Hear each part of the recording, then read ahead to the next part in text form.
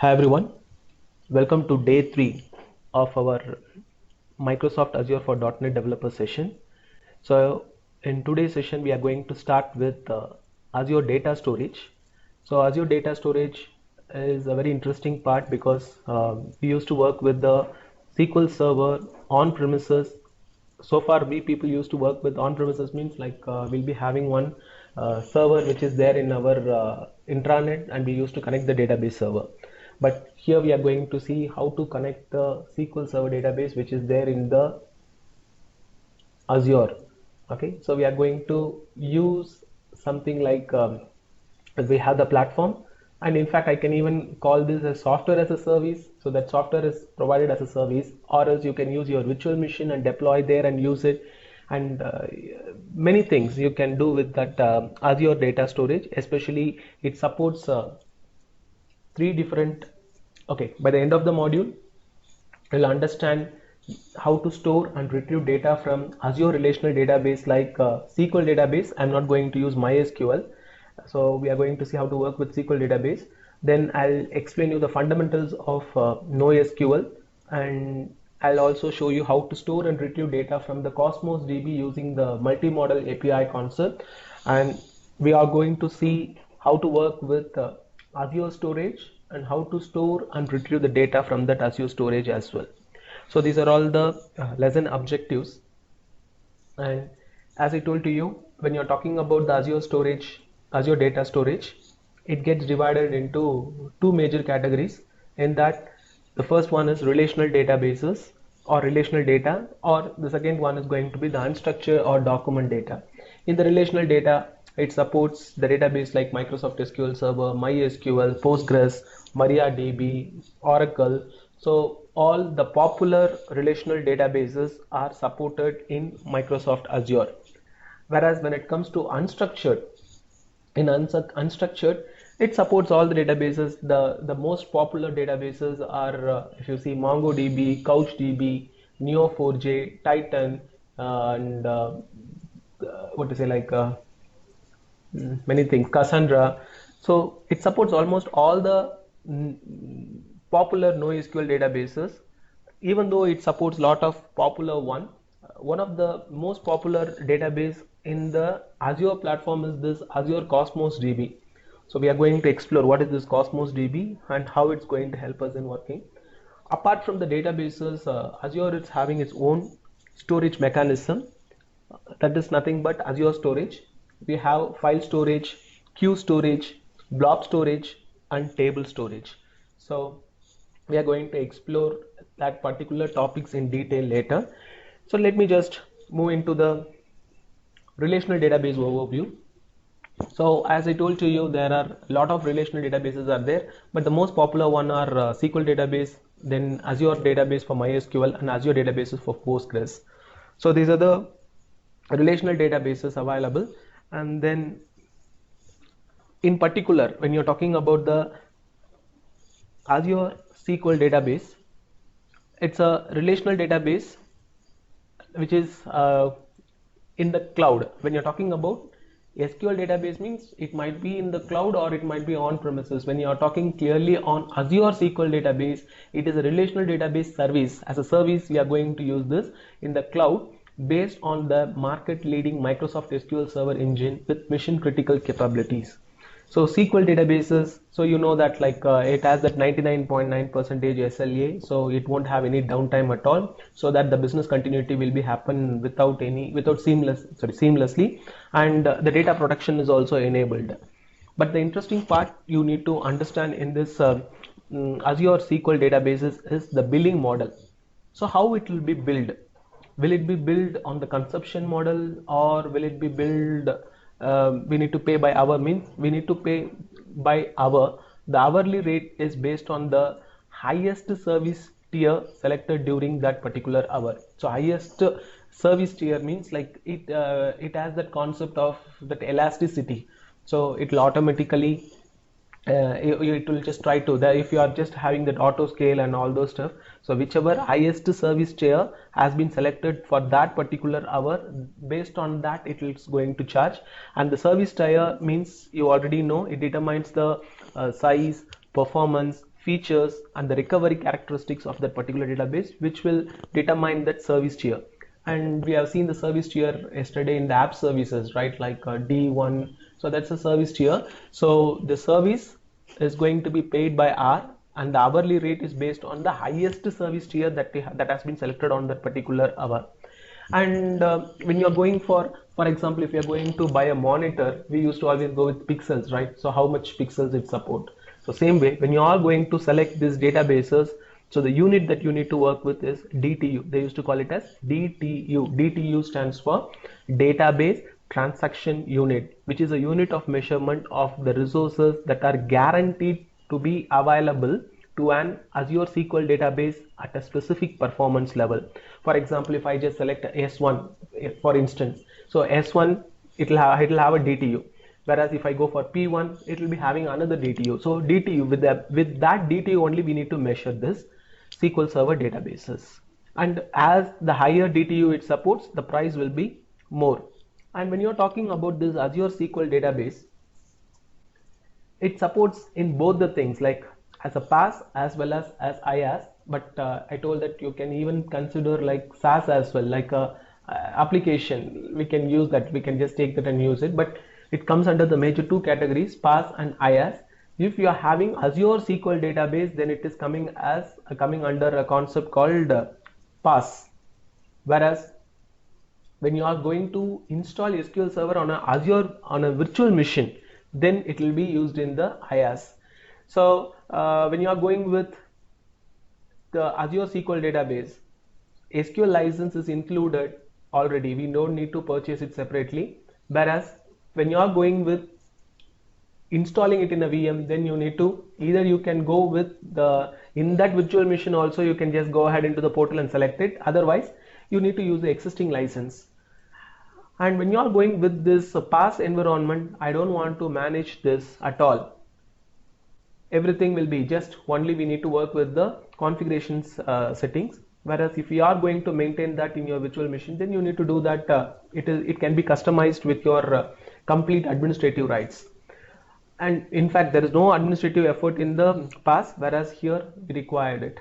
So how we are going to the billing model? Total cost of application equal to highly minimized administration cost plus software development cost plus SQL database service cost. It will cost that particular application. Whereas here,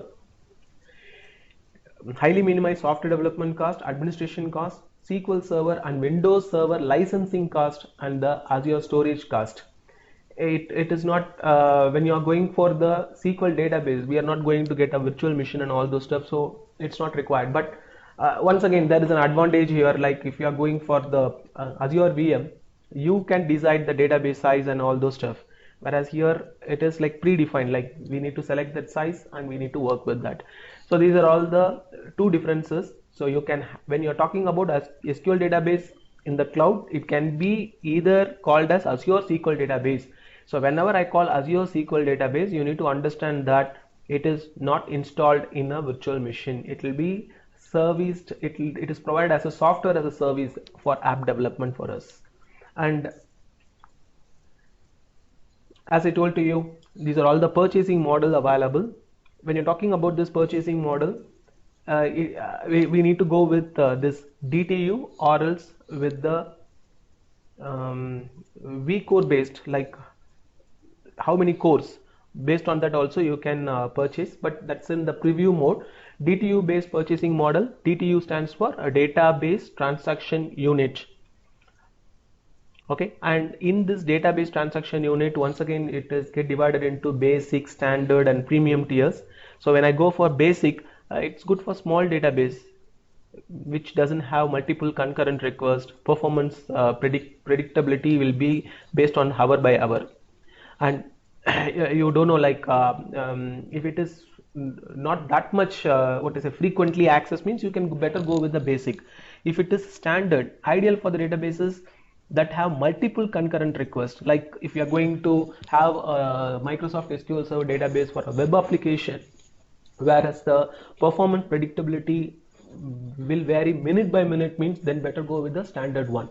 The premium tier is actually like high end, second to second, we cannot predict. For example, like if you are going to manage a stock market, I'm just saying that we cannot predict that, right? With many people will be keep on very frequently access. If second by second you are going to what to say, like expect the concurrencies needs to happen. In the sense, better go with the premium tiers model. And the billing model, as I told to you, it is billed by hour based on the service tier of that particular database. So this is all about the purchasing models available. And it also supports, there is a concept called elastic database pool. So what is this elastic database pool? In the sense, for example, if I just go ahead with predictable customers, I know that my application or that SQL database will be handled by only maximum of 10 people are going to use it. In the sense, we can go with the normal one. No need to go, or no need to enable this elastic database pool option. It will work well with the predictable user if you are not choosing this option. But if you cannot predict it, and if you are buying a S0 pricing tier, then what will happen?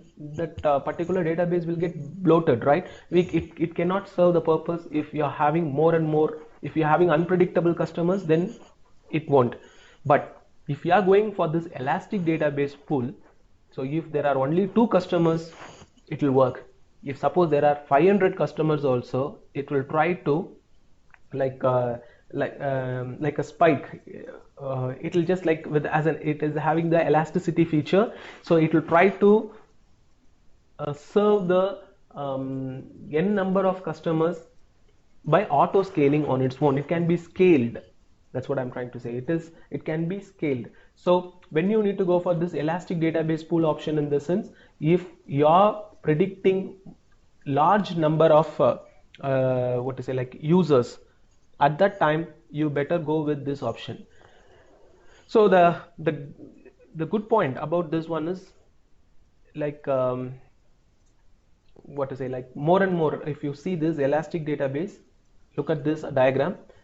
So it will be just having only one, and from the pool it will just keep on take and add it, and it will try to, it can be automatically scaled. That's what I'm trying to say.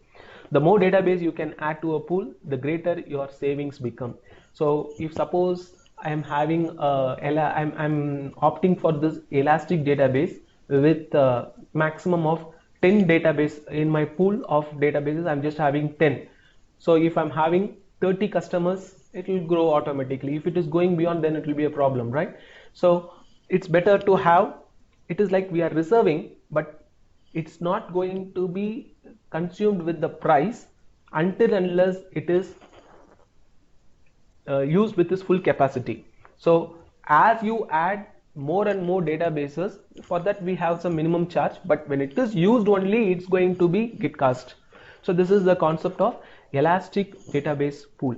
So pools are well suited for a large number of database with a pattern of low average utilization with relatively infrequent utilization spike. The more database you can add to a pool, the greater you are going to have the saving. So this is all about the elastic database pool, and it also has the concept of scalability. So scalability in the sense, like if you see, as I told to you, there are 2 types of scalability can happen. Vertical scaling is there, as well as horizontal scaling is there.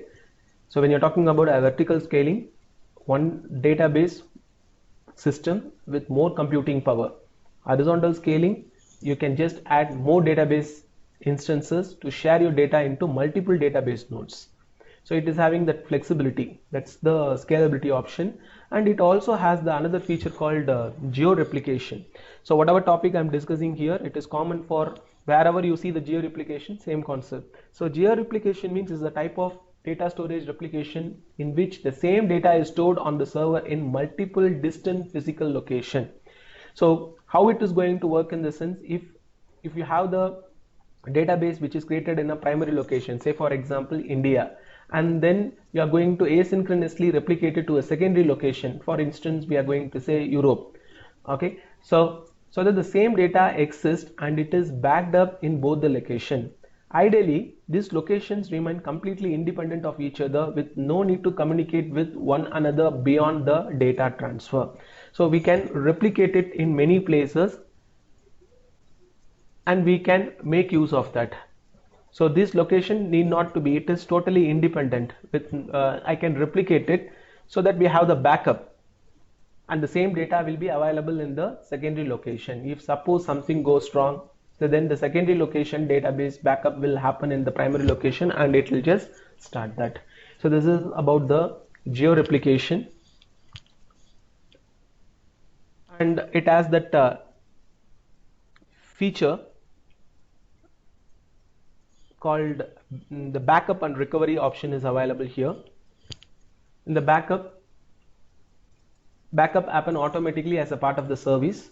Backups are geo replicated as I told to you, and backup retention, so how frequently it needs to take backup, it depends on the service tier, and we can restore to the logical server hosting to the database or to another region. Wherever you want, you can just restore it. And when you are going for the features, so these are all some of the important features.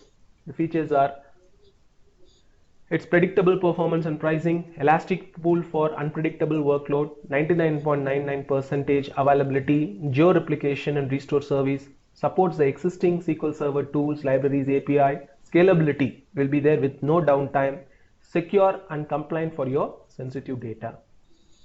So this is all about the SQL database. I'll show a demo on how to connect with SQL, how to create a SQL database and how to connect it with SQL Server Management Studio, how to work with Visual Studio, how to write a C# program and connect it with that, and how to work with connection string as a single demo. Okay, now we'll go with another database. Like we have many such databases are there.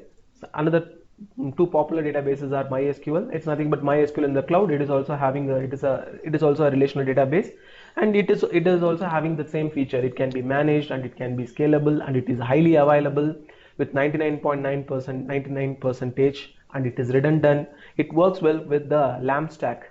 So LAMP is a very old technology. I can say now it will work well with mean stack, Mongo, Express, Angular and Node. Okay, so not only, okay, sorry, that is a different thing. Works well with the LAMP in the sense Linux, Apache, MySQL and PHP, and we can work with the MySQL tools. There are a lot of tools like MySQL Workbench is there and SQL York. This is very much similar like our SQL Server Management Studio.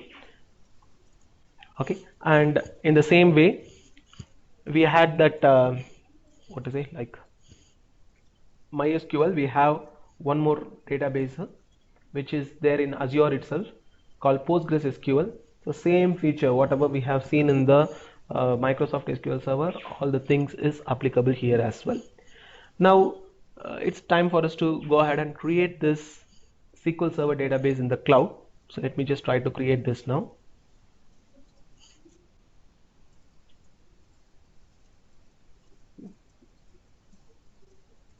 Okay, just a minute. Okay, so I've opened the portal.azure.com. So the first topic that we are going to discuss here is how to create Microsoft Azure SQL Server database in the cloud, and how we are going to communicate with that particular database we are going to see later. So before that, there is a question arised, like what is this elastic database pool? Is that like our, what to say, like horizontal scaling? Yes, it is almost similar like horizontal scaling. We are just going to keep on add the database, and based on the number of requests, so from the pool it will just try to take that particular node and try to serve the purpose. And if there is very less requests are coming up, in the sense it will automatically, it's going to scale down. So as many as database available in your pool, it's going to take that and serve the request. And obviously it's going to, as you add the database into the pool, it will be incur with the charges, but not like the way it is getting consumed. So that's just for your understanding I told. Now let me just show you how to create a SQL database.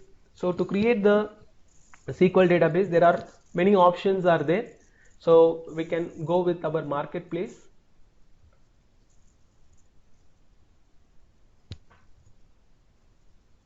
In the marketplace, you can see there is databases. So this will list out all the databases. There you can see Microsoft SQL Server database. And in fact, as I told to you, we'll be having MySQL database, and you can see SQL Elastic database pool is there. Many such options are available. Look at this, Redis is there, MySQL is there, MySQL within Ubuntu container. Many things are available. Now I'm just going to simply create one database from here itself. Just click this SQL databases, and I'm going to, there is no database has been added, so I'm just going to add my first database here.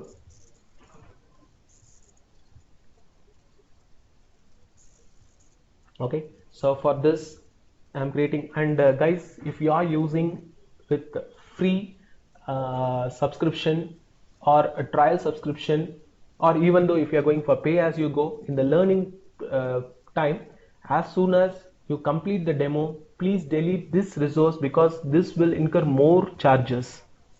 Okay, so I'm creating a new resource called dbrg database resource group, and now I'm going to provide my database detail.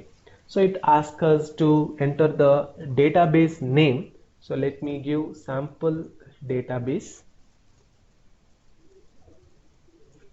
Okay, that's a database that I'm going to create, and then we need to select the, we have already selected the subscription and all those stuff. So next part is select a server. I'm going to create a new server here. So let me just click create new. So when I create this, because we have the database, but the database needs to have some server, right? So that server details needs to be specified here. So let me just give the server name as CG server -2019. So probably this server will exist. So it should be unique. CG server -2019.database.windows.net, and it's asking for the admin login. So I'm creating one user called server admin.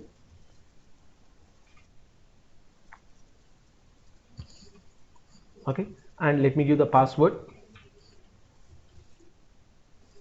and it should meet that require that all these conditions, and then let me confirm that.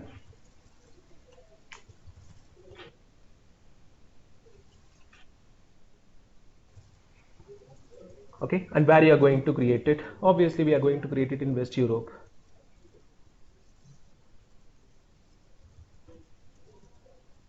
And you need to ensure that allow the Azure service to access this service, so that any services you are going to create it with the Azure, they can connect to this database. So this is my server detail.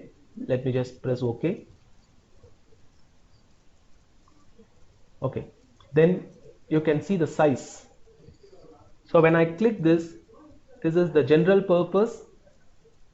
When I click the configure the database, you can see there are many options are available. So if you go ahead, you can see general purpose, it's scalable up to 7000 IOPS and 5 to 10 milliseconds latency, and these are all the tiers available. Many options are available. You can just, whatever tiers you are selecting, based on that it will just try to show the price. So if you are using this general purpose, so I'm just using the provisioned one. So for this, if you see, estimated cost is almost 16,844 per month, and obviously this particular stuff is going to run throughout the month, right? It is not like our virtual machine, you are going to stop it whenever you want. And you can see it is measured with DTUs. So as the cores increase, the DTUs will be get increased. So I am okay with this particular size, so I'm pressing apply. And if you want to know more about this, just go through this other tiers and you can just click hyperscale, business critical. So when I go for hyperscale, we'll be having a different option, and then the business critical. When it comes to business critical, obviously the price will be little higher. So whatever you want, you can just select. I'm just going with the general purpose. And as I told to you, if you are not interested in selecting this vCore, you can go with this basic standard premium option. Okay, this will be easy for you to understand. So when you click this basic premium, basic means like hour to hour you are going to have the, it is not that much okay, like going to be get hit with different users. So concurrency issues are not required. If it is not that much in the sense, go with this basic. So if you see this DTU and look at the size, 2 GB only, and if you take this per month, it costs 329 rupees only. Right? This is simple, right? For our small very some 5 to 6 people are going to use that, in the sense better you can go with this option. And in this also we have the next one, standard. So how much DTUs you want, and the maximum database size 250 GB. If you go for this option, 991 per month, and for IO intensive it will be higher. And as you increase the DTU, so the price is going to vary. Even in the basic, look at that, I'm giving there is no concept called this DTU and all, whereas when you're going for the standard, so right now it is 10 DTU. Cost DTU means what? Data transaction unit, like 991, whereas if I go for 20, it will increase, whereas if it is 50. So as you go, and you can see that the S2, that pricing tier or that size varies.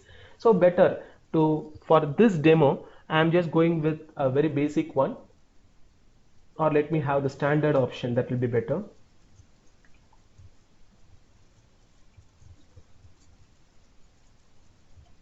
Okay, this is basic. Better, we'll go with basic itself. Just click apply. So 2 GB basic. Want to use SQL Elastic Pool? You can just hover it and see what is this Elastic Pool is all about. Not required. And let me just review and create that. Okay, before that, do we have any option additional settings? Okay, in the additional setting, are you going to use any existing data? You can just take the backup of your local database and you can just upload it, or otherwise you can use the sample database. So when you just select the sample database, the AdventureWorks LT will be created as a sample database. For demo purpose, or if you want to just learn on your own, this is the best option, so that it will be having one database, sample DB. That sample database will be having the sample DB details, and the tables will be available for you. Let me just review and create that. So estimated cost per month is 329 rupees. So let me just, okay, this is basics, the subscription. So our server name is CG Server 2019, and we have the username. We have given server admin. Okay, so with all those things, let me just try to create this database. So now the deployment is in progress. Okay, so here we are creating the database and all those stuff, but in the real time, I don't think so like you will be having the privilege to create this databases. So probably if suppose you're having your own Azure subscription, you can just simply play with your basic database. The remaining things, if it is in the for project and all, it will be, these things will be created by the DB admins, right? They are the right person to decide whether they need to go with basic or standard, or not basic. Basic for sure they won't go. What they want in their project, they need to decide it. So if you see this, now our deployment is completed, then I can just click go to resource. So when I say go to resource, it will take me to that particular database, sample database, CG Server 2019. So we have all the options ready, So the interesting part with our Microsoft SQL Server in the portal itself, we can try to see and we can work with this database with the help of this query editor preview. So when I click this query editor preview, so it's asking server admin, what is the password? So let me just give the password and let me try to connect it. Yes, you can see here. If you remember, we have selected that sample DB as our database, right? So you all know what are all the tables will be available under that database. So you can see that. So address, product, everything is there. And in fact, I can just run the query here itself. Like select star from sales LT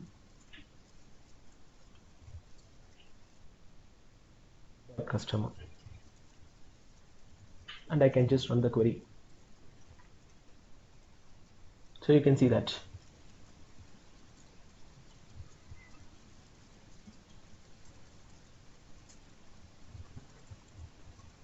See. So you can just get this record, save this data as JSON, and there are a lot of options available. You can just go ahead and play with this. And in fact, if you want to edit the records also, we can edit it. So when I click edit that record, right now it's in the preview mode, they say. Let me see what they have doing. So select that customer, then edit it. Okay, I think with this sign up will be applied to this one.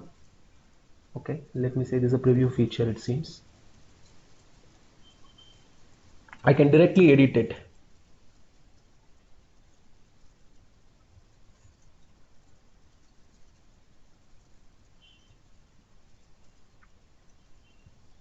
So I can just create a new row.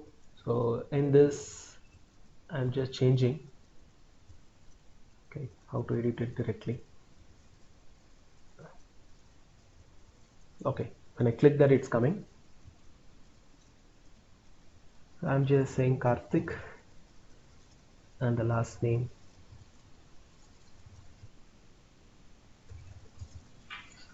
And save this record. So we have saved it. So we can edit that. So that sort of features are available directly in our Azure portal itself. So good, it's worked fine. And what are the other features it has? Let me see. So for example, I just want to know. So we have seen this query editor, and if you want to get the connection strings for this database, first let me see that overview.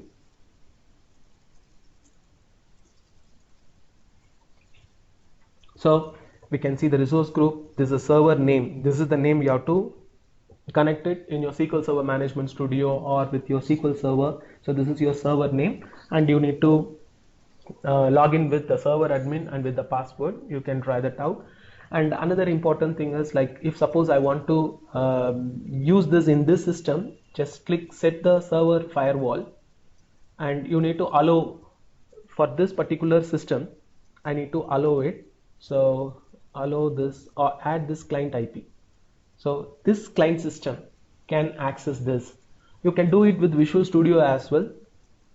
So whichever system you are going to connect with that particular database, that detail needs to be added here. So once this is added, you can go ahead and see the other things. Like, first, the important one is the connection string. So in this connection string, you can see if you are going to work with ADO.NET, this is the connection string. If you are going to work with the JDBC, this is the connection string. ODBC, this is the connection string, and this is for your PHP. Okay, so like this, you can try with the SQL database in your portal itself. Through the portal, we have seen how to edit it and all those stuff. It's good. Now let me see how to connect it with your SQL Server Management Studio. So you all know the SQL Server Management Studio. We used to work with Microsoft SQL Server 2012. But in order to connect this database which is there in the Azure, we are supposed to use SSMS 17.0 and above. This is a very important point. Okay, so if you are planning to connect it with your SQL Server Management Studio, ensure that you are using version 17 and above. And another important information is, if you are using the Capgemini network, they won't allow you to connect this database. So our firewall will block it. So we need to get the permission from the IT help desk team. Then they will release that, so that otherwise your database connection timeout connection timeout error will happen for you. Okay, now I'm just going to connect it with my SQL Server Management Studio. So I'm just opening my SQL Server Management Studio. I have installed 18, which is the latest one.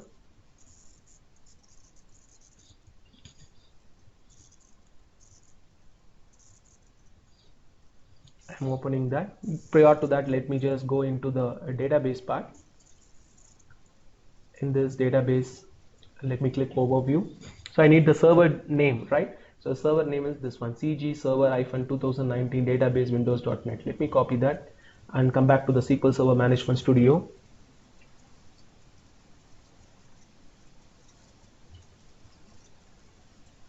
So look at this, the version that I have installed here is the version 18.1. So we need at least 17.1 and above. So once this is open, we need to provide the server name that which you have copied, and you need to change the authentication from Windows authentication to SQL Server authentication. So let me just, okay, 2 times it open. Okay, so the server name, I'm pasting it, and instead of Windows authentication, I'm selecting the SQL Server authentication. In the SQL Server authentication, you know the username that we have created, that is server admin, and the password I'm just trying to provide. And if you want to remember it, you can just remember and try to connect it. So it has connected. Once it is connected, it is very easy for us. So we have the sample database. So we got the tables, and in particular I'm interested in seeing that customer table.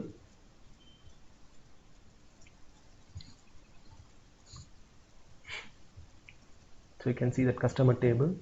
Right click, edit the top 200 rows.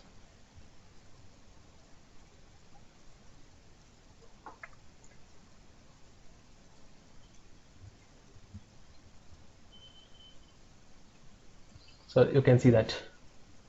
So you can work with that particular database directly with our SQL Server Management Studio as well. So we have seen how to connect it with SQL Server Management Studio. Good. Now we are going to see how to connect with our Visual Studio.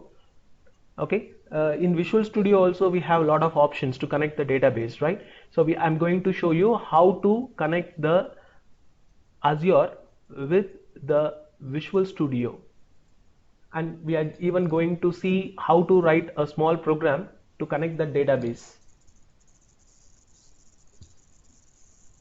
Okay, so let me just open that. I'm going to open the Visual Studio.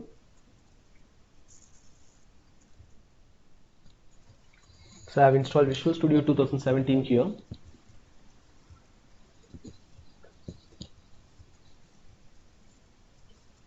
And it's always a good practice to run as administrator. So right click, run as administrator.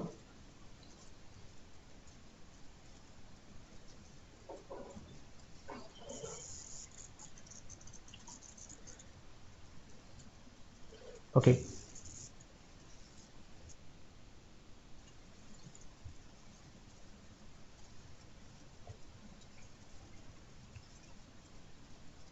Yes. Now I'm going to create a new project. Let it be a console application.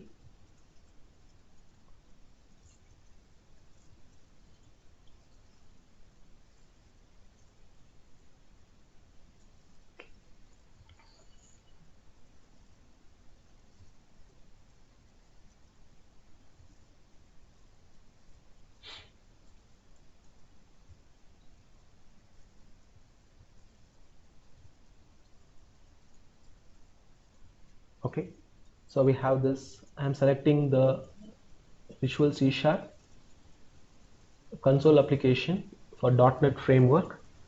So I'm saying VSDB demo and press OK, so that the console application got created.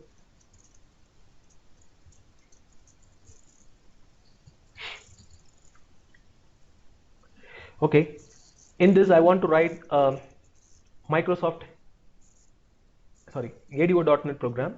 So you all know, and I hope you all remember I guess, like we used to write this SQL connection, right? SQL connection class. So the SQL connection class is available under a certain namespace. So you all know what namespace is that. But here, the SQL connection, if you just see that it is not available, you need to add that as a reference.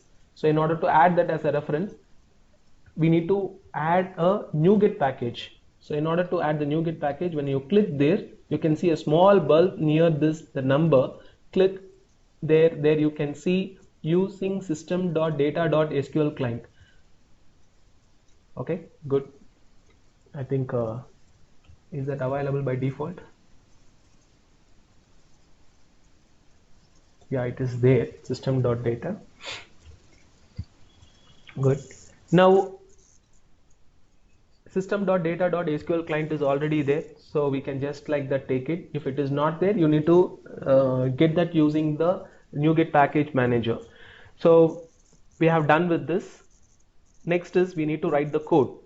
So in order to write the code, first let me finish off the code, then I will try to take the connection string from the from the Azure portal, then we'll do this. So in order to work with that, instead of writing the code in a normal way, I'm just saying connection equal to new SQL connection. So I need to provide that connection string here, which needs to be taken from the app config file, but I'm not going to do that. Instead of that, I'm going to use that's a best practice for your information. You need to always take the connection string from the app config file, but I like to show you this particular code. SQL connection string builder equal to new SQL connection string builder, then builder dot the data source. So we need to specify the data source.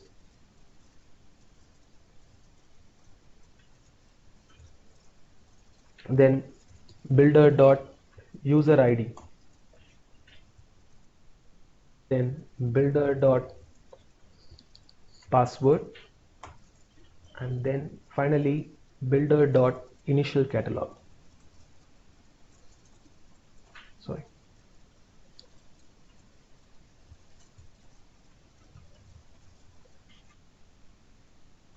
You need to specify that initial catalog. So we need to specify all those stuff which we are going to take and furnish it later. Based on this, build the connection string. I can say builder dot connection string. So we got the connection. Once you have that connection, you can simply say connection dot open the connection. After opening the connection, I'm simply saying connection established.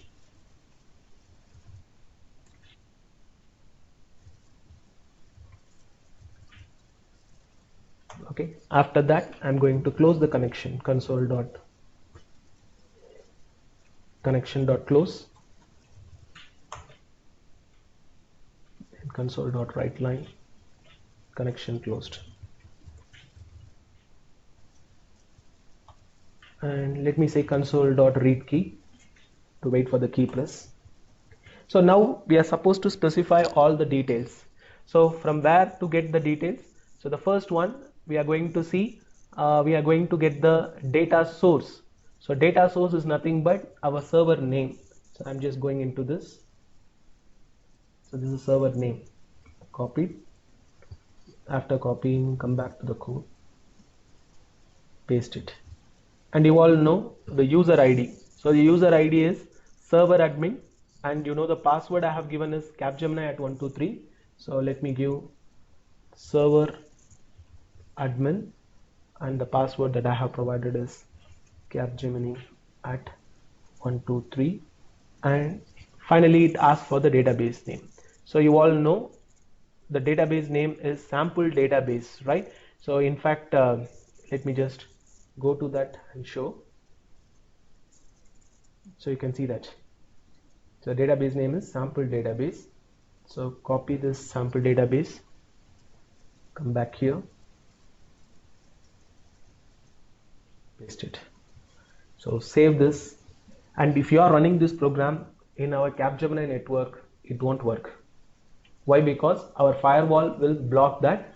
But anyway, if you remember, I have given that client IP address has been added, right, in the server.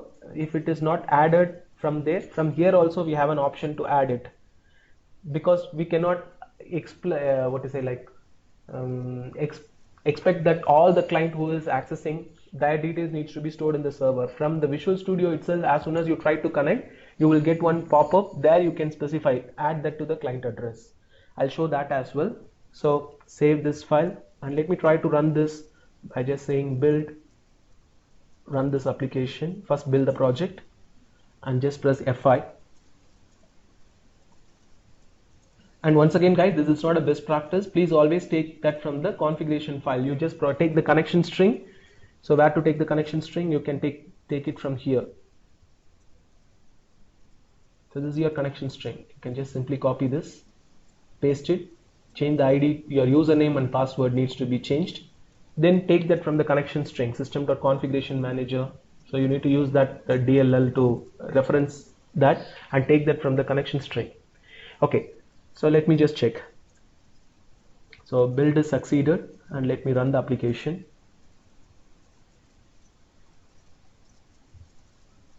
So you can see that the connection established and the connection is closed. Now I'm going back to my SQL Server. In this, click overview, and there is an option called set the server firewall. I'm just saying that please allow this client. All right, I am going to delete that. Okay, so whichever client, whoever is going to communicate, they need to that particular detail needs to be added. So in my firewall setting, I'm just saying that this is the client address, this is the system from where I'm accessing it.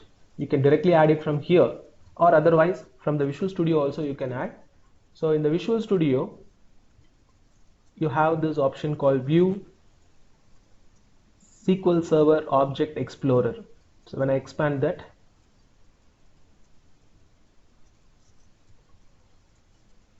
you can add a server.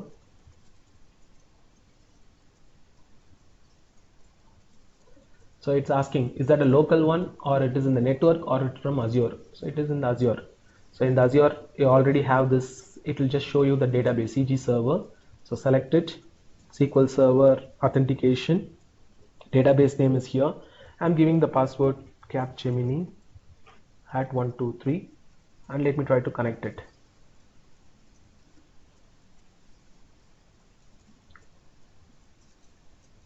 You can see that.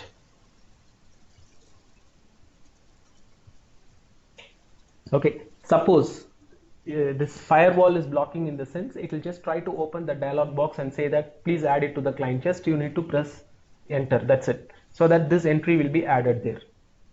So I think I have opened this before the firewall has been removed.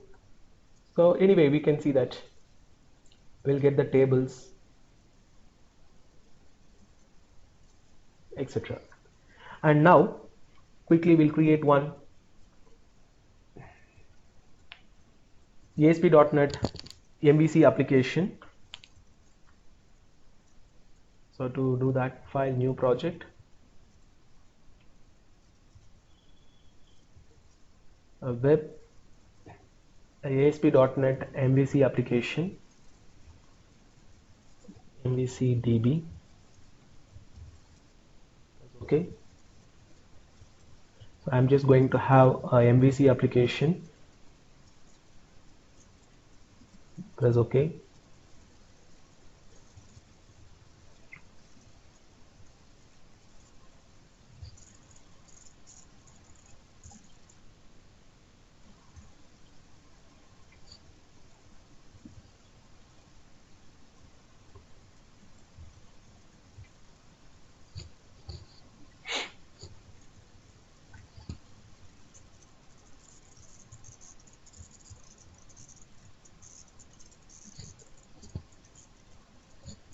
Okay, so we got the database. Sorry, we got the application ready. Now for this application, I just want to have the database. Okay, so to work with the database, you need to go into the web config file.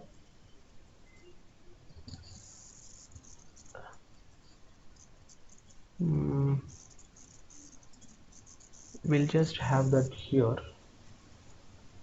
Okay, let me just publish this directly. When I click publish, we have this option like I want to create, you know that we need to create app service. So let me just try to publish. So in fact, you can have the database connection string and use it the same way that we have done. Now I'm going to publish this site. So to publish this site, create new Microsoft Azure app service, or you can even just select the existing one. Select the existing one and click publish. So already we have the CG web group, which is a free one. In this free, okay, let me create a new one better. Create a new one, MVC sample.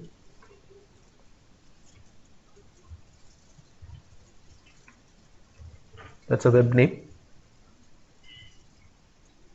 And the resource group, let me create it in dbrg, which I am going to delete it. And the app service plan, I'm just going to have a new one in the West Europe S1, and you can see there are some additional, okay, it's getting created.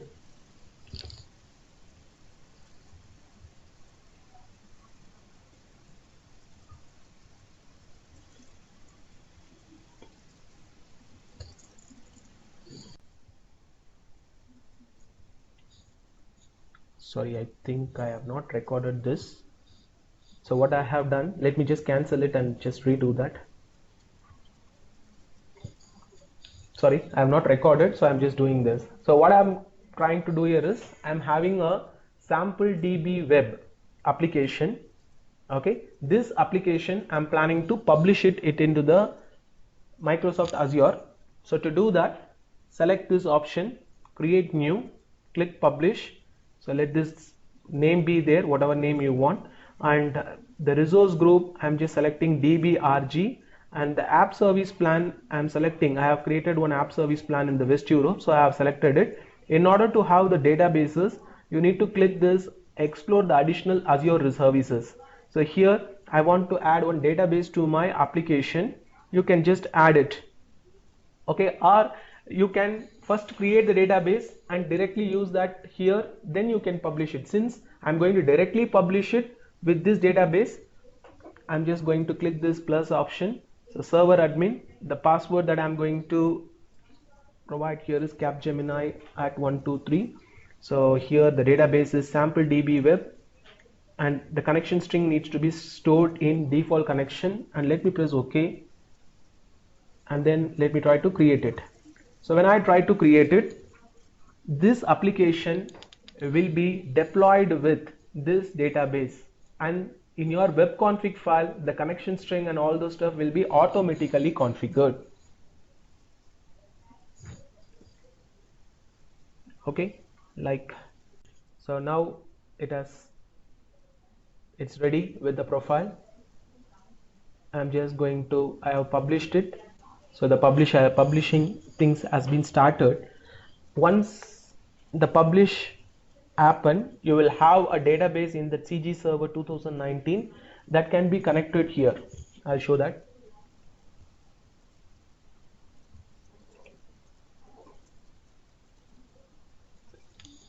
But that will be a separate SQL Server database, just for your understanding. That's a separate database. Once again, that will have all the things. So you can see it here. So this is a site which got published, and in your SQL databases, this is your server. Okay, sorry. Let me just go to that SQL databases. Can you see? We have created 3 databases. So one is basic, another one is to general purpose. So this will cost more. As soon as you start itself, it will be taking that 1 hour thing. Okay, that's okay, but this is your database. Now if you want to connect this in your Visual Studio, once again view Server Explorer.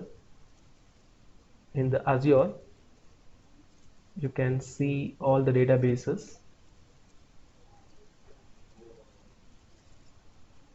Look at that, you can see all the databases. So this is all about the working with Microsoft SQL Server in the Azure cloud platform.